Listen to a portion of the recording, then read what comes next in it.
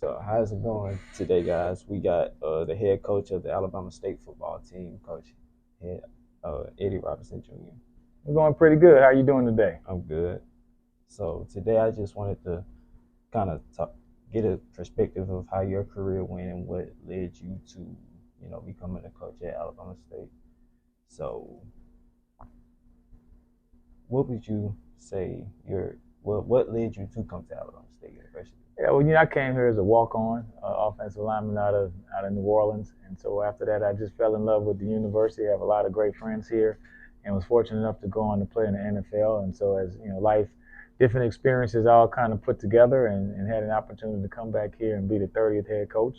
So, very thankful to Dr. Cable, our AD, and President Ross, our president, and of all of the fans of welcoming me back. And so, it's just a great place. Is where I want to be. Is where I love to be, and doing something that I love to do, reaching out to young men and hopefully making an impact on their lives. Yes, sir.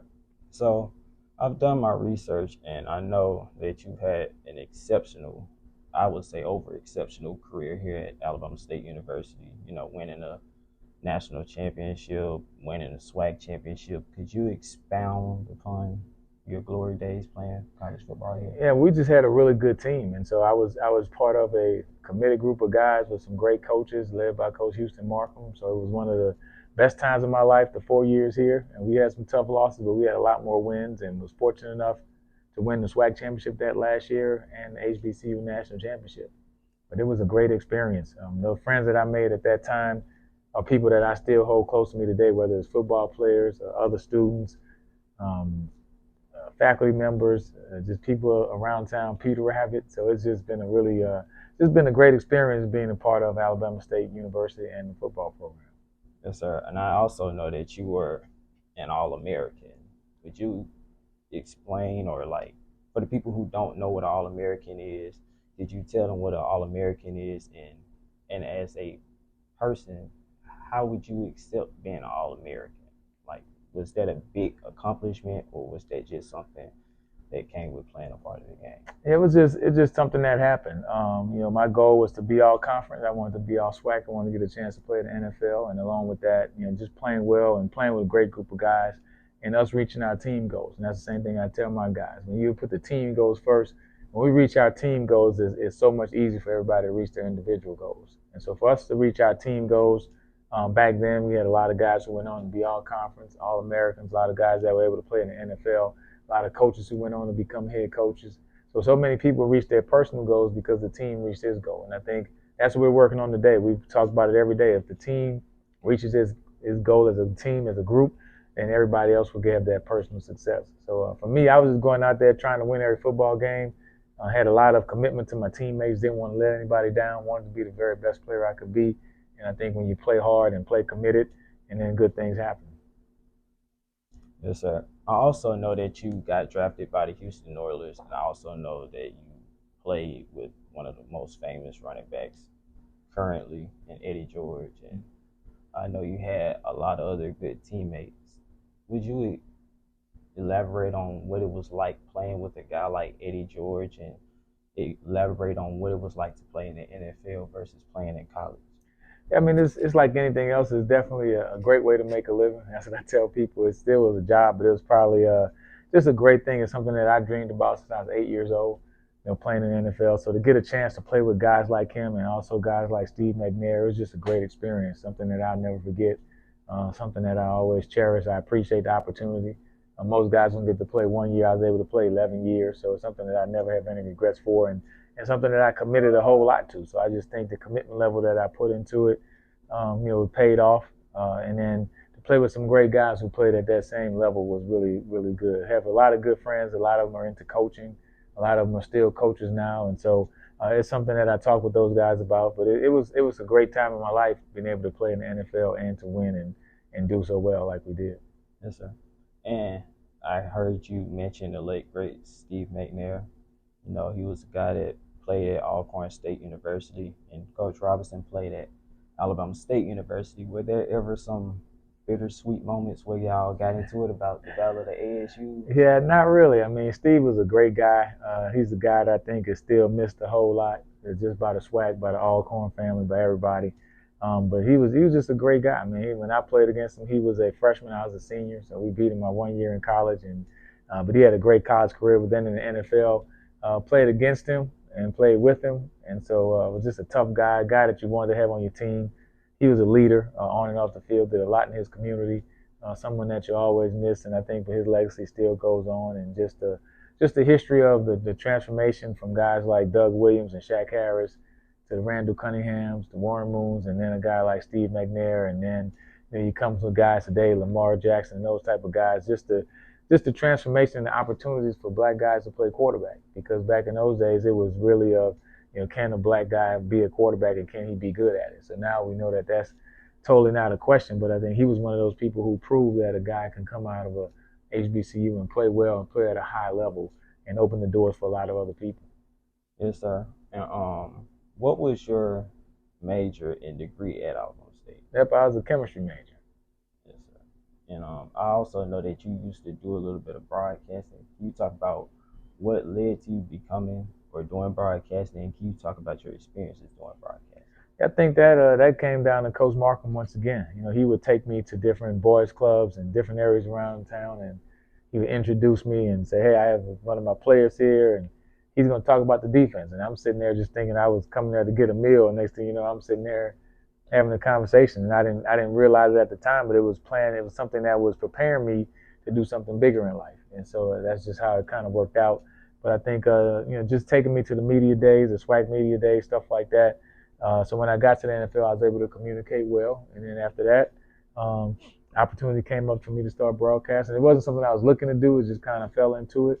But it's great; just kept me around the game, kept me into football, and but that all came back to Coach Markham, just really pushing me out there to talk in front of other people. And then I think just my freshman year, taking a public speaking class and a voice and diction. Probably doing the same thing that you're doing now, and not realizing that this is going to be a career path. It was just something I did, and I think Alabama State. I tell people, if not for Alabama State, then where would I be? It's helped me in so many different ways, and sometimes you don't realize it afterwards, but it's been a blessing. Everything that I've done here on campus and everybody that I've met. Yes, sir. And your first few years here at Alabama State have been remarkable for coaches coming in within their first few years. What kind of motivated you to get into having a good record right off the bat? I mean, I think everything you do, you have to be 100% committed to it. And my commitment level to football is at an extreme level. That's why I didn't want to get into coaching at first, because I just knew how much time I would put into it. So I had to make sure that I could give the time. So I've donated money back to Alabama State, and I tell people, it's one thing to donate a check. It's good, it's needed, but the most precious gift you can give is your time. So I knew the level of time that I would have to give, moving here to Montgomery, being here every day, committing to the kids, because you're a coach 24 hours a day. So it's every day I'm an Alabama State head football coach. I don't take a day off or take a minute off. And so you always have to be available. So you have to be one of those people that's very unselfish with your time. But I think the reward that you're giving back is huge. And of course, we all want to win. That's the biggest thing about it. But I think just when you have kids that graduate, kids that go on to have jobs and then call you and say, "Coach, man, I'm working and I'm appreciative," and stuff like that. So I think it's something that's very rewarding, because you're making an impact not only on this generation but the next generation, because you're kind of giving them the building blocks and the format of how to be a young man and how to raise the next generation of young kids. So it's something that I definitely take a big responsibility to, and something that I don't diminish. I think it's something that's a huge task and a huge responsibility to get it right. Yes, sir. And recently, we all know that we received and you landed one of the big name quarterbacks in the SWAC, in Andrew Body. Mm. Would you talk about what are you looking forward to seeing out of him, and what are your expectations out of Andrew? Well, I think the biggest thing about Body is he's just a leader. He's one of those guys that come on the campus from day one. He's going to shake everybody's hand. He's going to meet everybody. He knows how to be a starting quarterback. And I think that's some of the intangibles that you like. In the end of the day, you still got to go out there and play football. You can't be a leader off the field and can't get it done on the field. But I think if you look at what he's done the first couple of years at Texas Southern, very confident kid, has a lot of goals, but he knows how to put the team first, has athletic ability, can make good decisions, can run, can throw. And so I think he's the guy that can lead the team. So it's going to be great to watch him compete with our other guys out here. And we're just trying to win each day. And that's our motto. He knows that we got to go out there and just get better each day. And then everything else takes care of itself. Yes, sir. Two more questions. First question is, what are your expectations for this upcoming 2024 football season? Yeah, I mean, it's to win a championship. And so I don't think you can shy away from that. I mean, we know it's a lot of hard work. We know it's a lot of really good teams in the conference that it's going to be tough. It's going to be tough on everybody. I think all 12 teams have a great chance to win a championship. A lot of new coaches in the conference. I'm still considered a young coach, a new coach, so we're all trying to figure this out together. So, you always want to, win more than you lose, but really our goal realistically is to try to win a championship. That's what we're aiming towards, and we don't talk a whole lot about it. We just try to say, hey, can we win each day? So our goal is to be the very best we can be on Tuesday. Win Tuesday, win Wednesday, win Thursday, and put a couple good days and good weeks together and put ourselves in position. And then at the end, hopefully we've done enough to win a championship. Yes, sir. Last question. Once again, I know you played with Coach Eddie George at Tennessee State. Will we ever get a chance to see a friendly battle or a friendly competition between Alabama State and Tennessee State soon? Yeah, that would be great, and that's something that's funny you mentioned that. I went up to his football camp this summer, some of my coaches, and we talked about it. So that's something that would be great. I know Alabama State played up there when I was playing with the Titans, and they played in Nashville. It's not that far of a drive. It'd be a good regional matchup. So that's something that hopefully we can make happen. I talked to his AD and talked to my AD, but it'll be really good.